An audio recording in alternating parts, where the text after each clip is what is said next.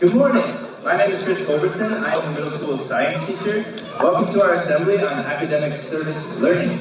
Here we have the Monday, Wednesday green team from middle school. We have the Tuesday, Thursday green team from middle school, and they want to share to you a little bit of what they've been working on for their academic service project that involves the entire school. And pretty soon, after Thanksgiving, who's getting ready for Thanksgiving? All right. After Thanksgiving, we're going to come out and we're going to go to the K1s, and then we'll go to the 2-3s, and then the 4-5s, and then we'll go out to the middle school. And we're going to teach you about something that you're going to learn today. So listen closely for what we're going to teach you, and listen closely for how you can help us so that in the spring, our entire school can work together to do something, hopefully, that is incredible. But I must be honest, I didn't do much of anything in this project. The students have done all of the work, and they've created this presentation for you. So I'm going to stop talking now and hand it off to our first middle school speaker, Autumn. Hi guys. So who are we? Like, what is our team about? Well, we're a group of about 14 students per class, and then we joined this winter because we enjoy science and gardening. And our goal with this is to make a change in our community. Now I'm going to hand it off to Otis.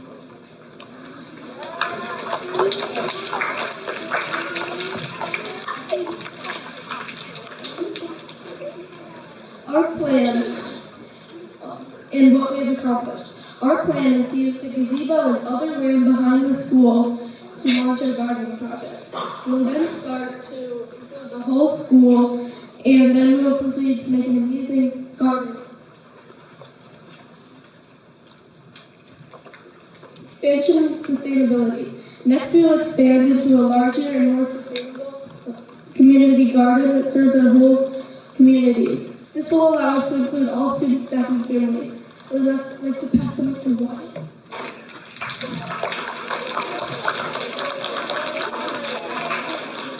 So, how are we going to do this? Well, first we're going to start small and we're going to engage. We're going to start with what we have and go from there. We plan to get a hoop house next. We are going to open a feedback form from students and families. We want to know what we have done well and what we could improve on. In other words, you could use grows and glows. So, if we want to grow and sustain this community garden, we're going to need more helpers. So if you want help, you can email Chris or Joe. Now, I'm going to hand it off to Zeke. So why are we doing this? We want to benefit the students and families. So some ways that students will benefit is to learn how to take care of the garden. They get an outdoor learning center, and you get opportunity for growing food and flowers. The family benefits are community building, all year-round garden access, and a free community space. Next, I'd like to welcome Eloise onto the stage.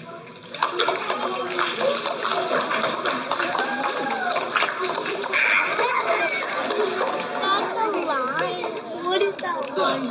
Who benefits? The Honey Creek Community Garden connects all subjects: math, science, English language arts, and social studies, and provides a hands-on learning experience. Students will have the chance to be leaders, problem solvers, and build pride and responsibility when they're taking care of the garden. Over time, the garden will grow into a living classroom that also helps collaboration across our community. The K1s, the 2-3s, the 4-5s, the middle school,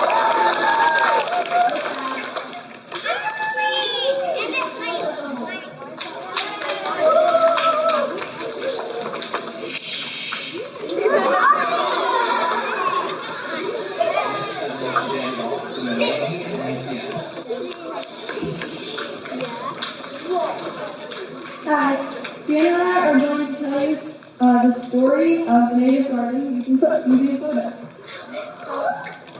This is what the garden looked like before we weeded it, before we did anything to it. Then we learned about native and non-native plants with Sarah Lester.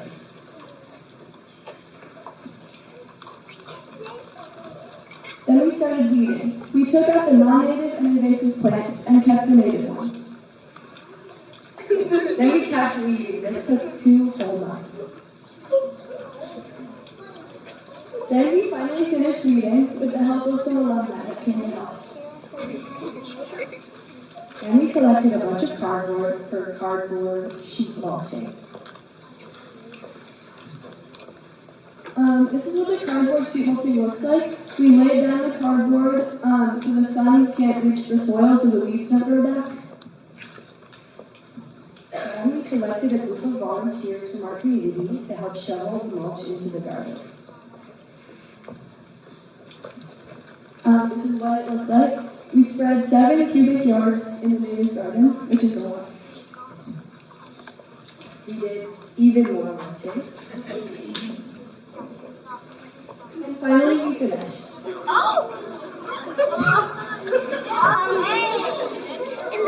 Again with Sarah Rustic, we collected seeds.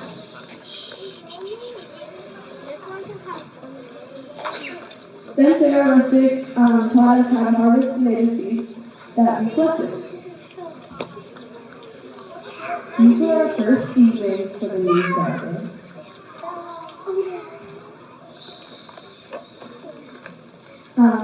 This is us planting those first native seeds. Then we collected soil so we could start winterizing. This is us planting milkweed seeds in that soil so we could winterize them. Now for a look at the future, I'll hand it off to Zach.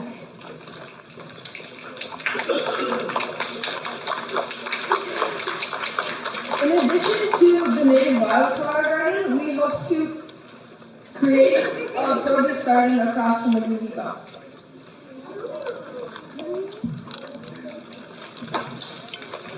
The potential for the Honey Creek Community Garden is endless. This could be the potential layout for the Honey Creek Community Garden. I'm going to hand it off to Sebastian.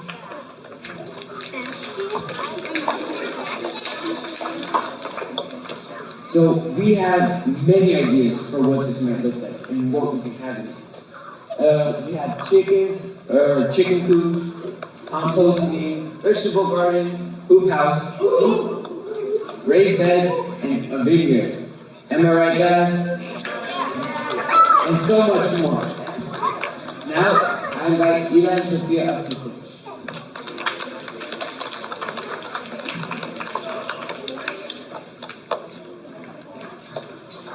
We went out and asked you guys what you would like to see in the community garden. This is what you said. Raise your hands if you guys like sunflowers. Tomatoes, flowers in general, pumpkins, corn, chickens, carrots, broccoli, berries, squash, pawpaw trees, blackberries, cucumbers, zucchini, cherry tomatoes. I don't even know what it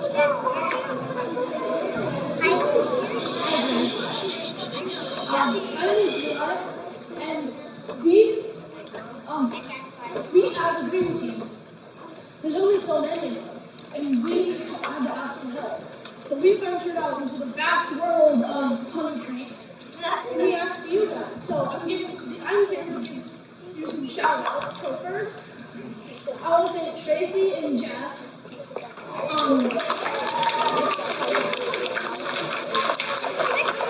Here's from Keith with his lovely idea of cactuses. The Gretchen's House staff and one Gretchen's House student. And then finally, Amy's 4-5 class. And the one grade student, he said chicken and soup. Hand it back to Sebastian. So,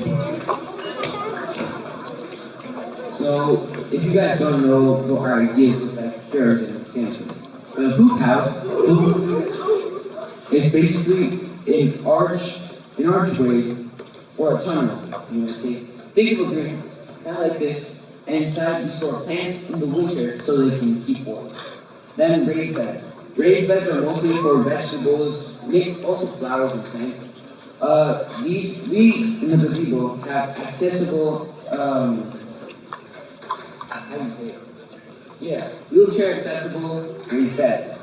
What this means, they're higher up on the ground, so people who are in wheelchairs can get access to it. Then we have the chicken coop, who somebody really insisted on. Now I want to pass it on to Tito.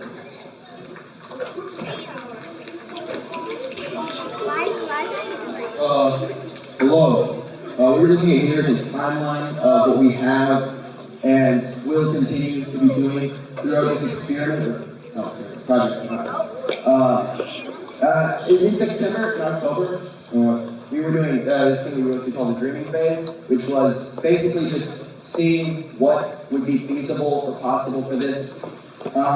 In December, we wanted to do fundraising, and we're going to learn more about that project. In January, we're winterizing seeds, so all of you guys can help with that. Should be really cool. And in December and January, we're going to be buying and installing hoop houses and raised beds. And finally, this is it, but we're going to be getting tools in a shed so we can maintain and take care of our plants and hopefully chickens later on, way down the line, like next year or sometime. So, yeah, timeline.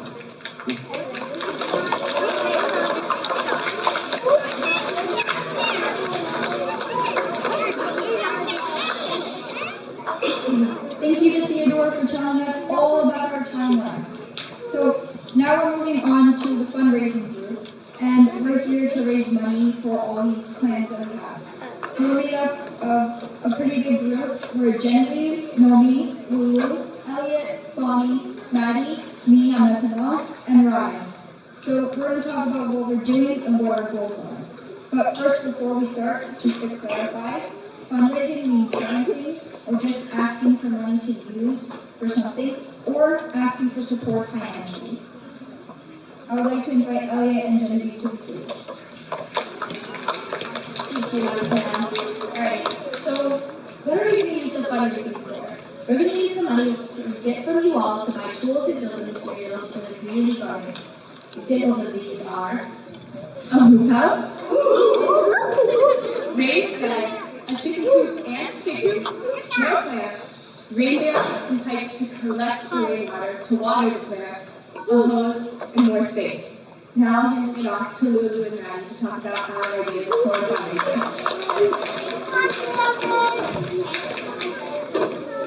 Now we have some exciting news to share with you.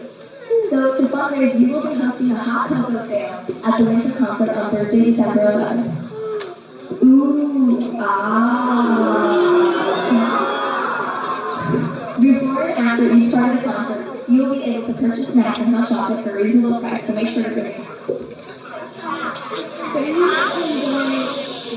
Fancy goods during the week leading up to the event to set up the concert. There will also be opportunities to donate to the green team to help us raise money for our cause. And I'd like to pass the mic to Sophia. Yeah.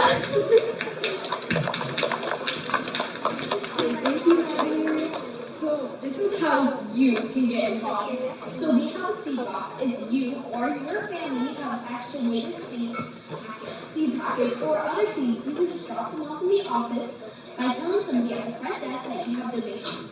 Now every couple days we will pick up this box and add the seeds to our pile so that when it gets warmer, we can add the seeds to our garden.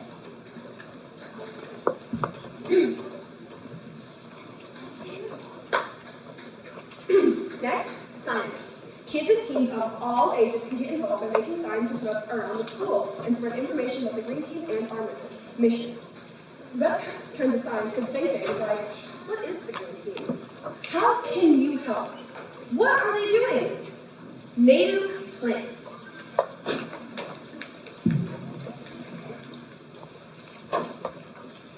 So, very much like the seed box, and exactly the same thing about the tools. So, we need new or old tools that you or your family doesn't use anymore, and that are in good shape. We do not need like gloves, but we need like other tools like snowball hose and rakes and big shovels. So this is an adult-only job. So your parent can bring the tool to the front office, and we will go pick it up. Thank you so much.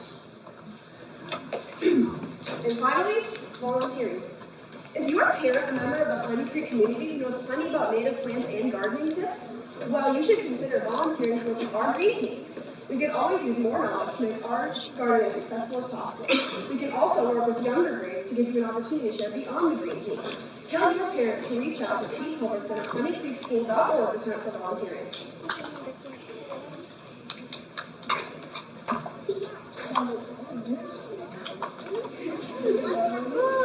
So this is our conclusion. So after Thanksgiving break, we will come and see you and teach you about winterizing plants. And that's not smart.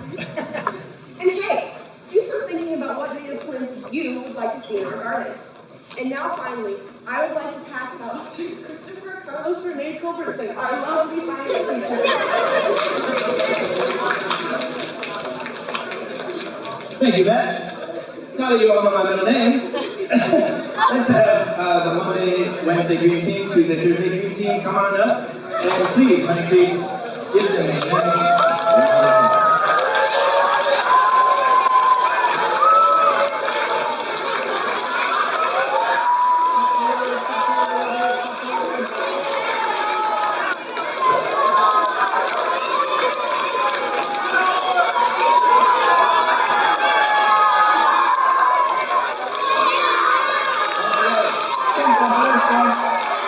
Great job, Honey Creek. So, after Thanksgiving, expect these kind faces to come to your classrooms to teach you how to winterize seeds, and then you and your base class must keep those seeds over the winter.